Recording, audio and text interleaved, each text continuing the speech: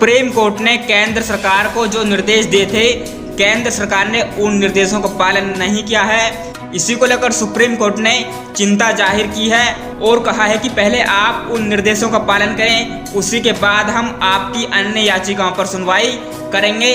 चलिए जानते हैं कि सुप्रीम कोर्ट ने क्या कहा है।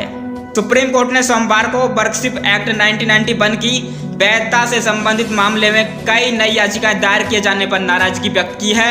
कोर्ट ने कहा है कि केंद्र की ओर से अब तक जवाब दाखिल नहीं किया गया है और नई याचिकाएं आ रही हैं। बार एंड बेंच की रिपोर्ट के अनुसार कोर्ट का कहना है कि लंबित याचिकाओं पर पहले से नोटिस जारी किया जा चुका है और केंद्र के जवाब का इंतजार है। एडवोकेट विकास सिंह और एडवोकेट निजाम पाशा की आपत्ति पर कोर्ट ने यह बात कही। दोनों वकीलों ने केंद्र पर सवाल उठाए थे कि 8 तारीख बीत चुकी है और केंद्र की तरफ से कोई काउंटर दाखिल नहीं किया गया है। इस पर कोर्ट ने भी सहमति जताई है और कहा है कि हाँ, अब तक काउंटर फाइल नहीं हुआ है और नई आपत्तियों के साथ नई याचिकाएं आ रही हैं। एक वादी की ओर से पेश हुए सीनियर एडवोकेट इंदिरा जयसिंह ने दिन में सुनवाई के लिए एक नई याचिका का उल्लेख किया तो सीजेआई संजीव खन्ना ने कहा, हम शायद इस पर सुनवाई नहीं कर पाएंगे।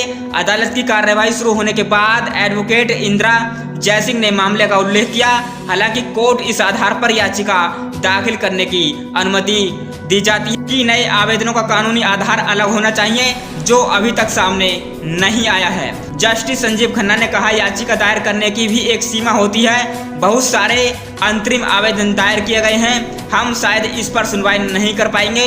उन्होंने कहा कि मार्च में एक तारीख दी जा चुकी है। सीजेआई ने कहा कि पिछली बार कई हस्तक्षेप आवेदनों की अनुमति दी गई थी। सुनवाई के दौरान पेश हुए एक और सीनियर एडवोकेट दुष्यंत ने कहा कि हाँ, अब और नई याचिकाओं को अनुमति नहीं दी जानी चाहिए।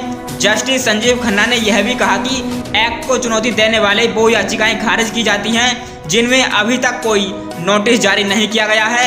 ये याचिकाकर्ता मौजूदा याचिकाओं में आवेदन कर सकते हैं, हालांकि ये आवेदन नए आधार पर होंगे। सुप्रीम कोर्ट ने 12 दिसंबर 2024 के अपने आदेश के जरिए विभिन्न हिंदू पक्षों की ओर से दायर लगभग 18 मुकदमों में कार्यवाही को प्रभावी ढंग से रोक दिया, जिसमें वाराणसी में ज्ञानव्यापी, मथुरा में शाही ईदगाह मस्जिद और संभल में शाही जामा मस्जिद सहित 10 मस्जिदों के मूल धार्मिक चरित्र का पता लगाने के लिए सर्वेक्षण का अनुरोध किया गया था। संभल की शाही जामा मस्जिद में झड़पों में 4 लोगों की मौत हो गई है। प्रेसेस ऑफ वर्कशिप एक्ट 1991 के तहत किसी स्थान का धार्मिक चरित्र वैसा ही बनाए रखना अनिवार्य है जैसा कि वह 15 अगस्त 1947 को था।